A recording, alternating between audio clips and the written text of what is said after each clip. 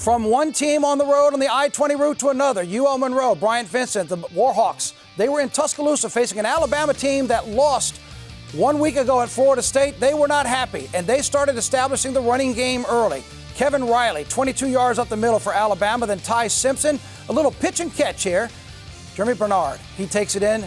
Nobody near him. 29 yards of the touchdown. It's 7-0 Alabama. Later in the first, Simpson again to Bernard. The quick pitch here, but he does all the work. Scoots one way, hits the brakes, come all the way back the other direction on the left side after some zigzagging. 14-0 Alabama. We're still in the first. The punt by Ryan McKenzie. Now watch Cole Adams on the return, but watch Cole Adams get tackled by Ryan McKenzie, the punter. Watch it again. It is a one-arm clothesline. Don't mess with the Warhawk punter if you think you're running it back. Not in my house. Beautiful tackle. Unfortunately, it was a great gain on the return, and Alabama takes advantage. Richard Young, 3 yards on the touchdown, 21-0. Early second quarter, Ty Simpson this time is going to keep it. It's an 8-yard touchdown for Simpson, 28-0 at this point for Alabama. You get the feeling of how this one was going to turn out, and it was not pretty. 73-0 Alabama gets past the Warhawks. We heard from Bryant Vincent. He said, hey, we're not going to be scared. We're going to compete. It was a rough afternoon for the Warhawks. The Crimson Tide scored on all 11 offensive possessions, 10 touchdowns, and 1 field goal. Ty Simpson sets a school record for Alabama, 17 for 17, 226 yards, and 3 touchdowns. Next up for the Warhawks from UL Monroe, well, they get a week off to clean up some things and work on some things. They'll be back in action September 20th when they travel to El Paso to take on UTEP. Let's get a local perspective now on the Warhawks from UL Monroe. Tough afternoon in Tuscaloosa on Saturday. We'll talk about them, and we'll get back to Louisiana Tech in just a moment. Let's say hello to our friend from KNOE up there in Monroe, Aaron Dietrich. 26th football season up there in Monroe, somebody I've worked with for a long time. Aaron, it's great to see you on this Sunday here on Game Notes. Thanks so much for joining us. We'll get back to Louisiana Tech in a moment, but let's first start with the team that's right there in your city. A rough outing. I know Brian Vincent didn't have a post-game press conference. He wanted them to go to compete against Alabama. He got a very angry Crimson Tide team. What were your thoughts on what happened yesterday in Tuscaloosa? Just a brutal afternoon. The sun did come up here in the Twin Cities, but man, you know, they looked at this game and they thought this was an opportunity, of course, and they kept bringing it up back to 2007. They looked at this ULM team coming after a lackluster performance versus St. Francis. Warhawk fans were hopeful that they'd have a nice showing down in Alabama. They certainly did not. This was ugly. In fact, it's one of the worst losses in the school's history, if not the worst, by losing 73-0. This poses more questions now as they go into next week because they'll have the week off. They'll try to lick their wounds and then get ready for UTEP, but they got some major questions to answer over the course of the next 2 weeks. Okay, well, I was actually going to go that way. I'm glad you said it because a lot of expectations. 5-1 last year, as we know, the best start they've had in years, and even losing the last 6 was the best record since 2019. You get the opening win on Thursday night a week ago, yet he wasn't pleased with the win, and then I guess wanted to see some steps forward. You feel like they went 2 or 3 steps backwards? Without a doubt, especially offensively. You looked at the question marks they had versus St. Francis. He still praised, that being Coach Vincent, he praised his quarterback Aiden Armena, but this was another horrible performance offensively. And then you could always say, well, defensively, ULM pitched a shutout last week.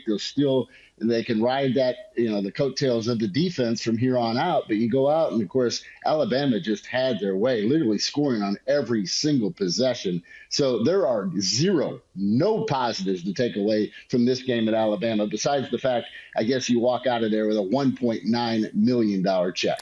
Yeah, that could heal some wounds a little bit. It's not what you want, but you're right. That goes a long way for the athletic department. So, Aaron, in your mind then, where do you see the top 2 focal points? And I want to set this up by saying, remember last year, for fans who don't know, for Warhawks, you had an outstanding one-man wrecking crew in the running back position. He's now in Missouri at the SEC. Yeah. Against St. Francis, they did show that the running back room could be deep. In Tuscaloosa, nobody got anything done. So, in your opinion, coming off of that loss, and as you mentioned, with a week off now to kind of change some things up, what are maybe your top 2 or 3 things they need to focus on? Yeah, first of all, better quarterback play. Going into this week, it was the number of drop passes they had last week with 8 versus St. Francis. Offensively, they got some issues. You mentioned replacing Ahmad Hardy. They got some guys back there that have some talent, and I think they'll still be fine. Offensive line obviously had major issues versus Alabama. But defensively, I would have never saw this coming, the fact that Alabama would do this to this ULM defense. I mean, it was horrible. So they got a lot of different things they got to try to fix. And this literally, Vic, I think will be the first time that Coach Vincent has been criticized. And I'm anxious to see how he handles it because, he gets off to a 5-1 start. It was a honeymoon. There was a buzz around this area. Obviously, it did not end well going 5-7, but there was still this optimistic view about Warhawk football this year that, hey, they're coming. And, last year was a building block. They're ready to take the next step. Now, did they take a step back or two? It's going to be an interesting week, the fact that they have a bye week. And we always circled this game against UTEP that this would be a huge game if they were going to go bowling this year. I think there's more riding on it now than ever. Yeah, I would agree with you, Aaron. And I know I was down at Sunbelt Media Days down in New Orleans in July where he was very optimistic. He liked the retention, the guys that were coming back, the experience he had coming back. Do you take away, Aaron, do you take more away from the fact that they beat St. Francis but didn't beat them probably as bad as they should have? Or do you take away more from the fact that they got blanked at Alabama, a team that lost and was embarrassed at Florida State? Coach even mentioned, look, I still think this is an Alabama team that can make a run, on the big scene for playoffs. What game do you take more from? Beating St. Francis but not beating them like a drum, or getting beaten like a drum at Alabama? I think it'd probably be the second one, getting beat this bad against Alabama. I looked at this team, and you go out to practice, and you talk to several different people. In the 25 years I've covered ULM football, I thought athletically and just thought by the eyeball test, this was the best-looking team they've ever had. And that includes the 2012 team, of course, when they pulled the upset versus Arkansas and then went bowling for the one time in the school history. But so far, 2 games in, major disappointment for ULM football. And if you're a Warhawk fan, you're hopeful this week, take the bye week, get back on track versus UTEP.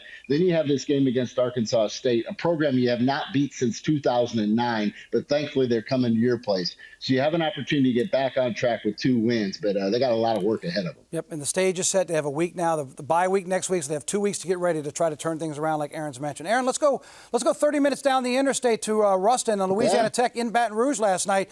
Look, this is a team that lost to LSU, but if you listen to the press conferences, you'd feel like Louisiana Tech won. They certainly played strong defensively.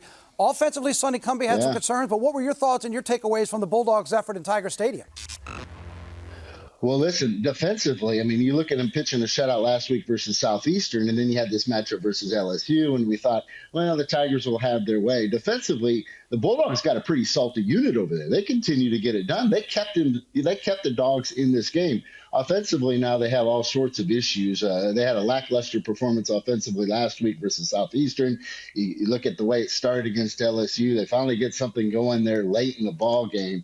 But Tony Franklin was brought in to kind of put some life into this offense under Sonny Cumbie, and so far it has been a mixed bag. Defensively, though, Luke Olson, first-year defensive coordinator, he continues to get it done. So I think they have a defense down now that can travel. Now it's whether or not offensively they can turn things around. I'm glad you mentioned Tony Franklin's name, Aaron, because I know preseason there was a lot of excitement about him coming back in his system.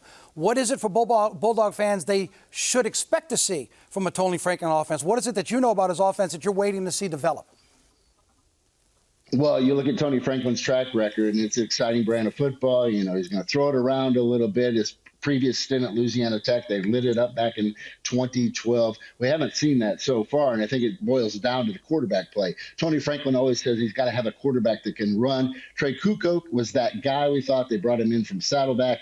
Now in, 7 quarters of action, he has not shown us that. They may have a little bit of a quarterback battle brewing here. You look, they bring in Blake Baker late in that game. He leads them on a touchdown drive.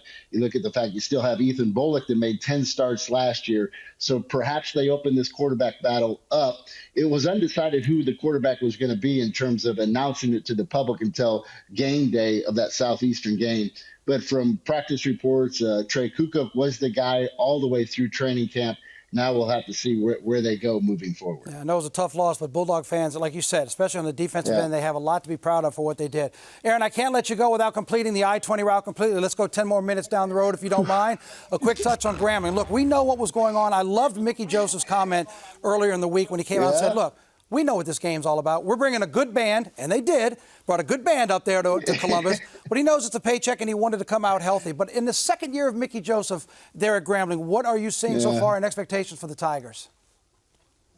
The jury's still out, and I mean we're going to get a better read on this team. I mean you square up against Langston, then the following week against Ohio State. What other program in the country ever has done that? You score 60-some points versus Langston. You knew it was going to be an uphill battle versus Ohio State, and it certainly was. So you look at these three programs that we cover. They got outscored yesterday, 170-7. We thought it was going to be a payday Saturday, but you know what it developed into? A bloody Saturday. It was brutal to say the least. If you throw in Northwestern State and what happened to them against Minnesota, losing 66-0, you do the math, and you got to use a lot of fingers. That's 236-7 that those squads lost yesterday. Yeah. They all got paid, and they got paid well, but they're coming back with their tails between their legs. Yeah, well, maybe that Louisiana Tech offense is looking a little better now, huh, Aaron? They saved you with that touchdown late against LSU for sure. Viewers, if you're up in the Arklatex area, that's the man you want to check out on KNOE. Aaron Dietrich, longtime anchor up there and a friend of ours. Aaron, thanks so much for joining us here on Post Game Notes, and appreciate all your insight. Enjoy the season, and let's get together again later this year and talk some more. Sounds good, bud. Have a great year.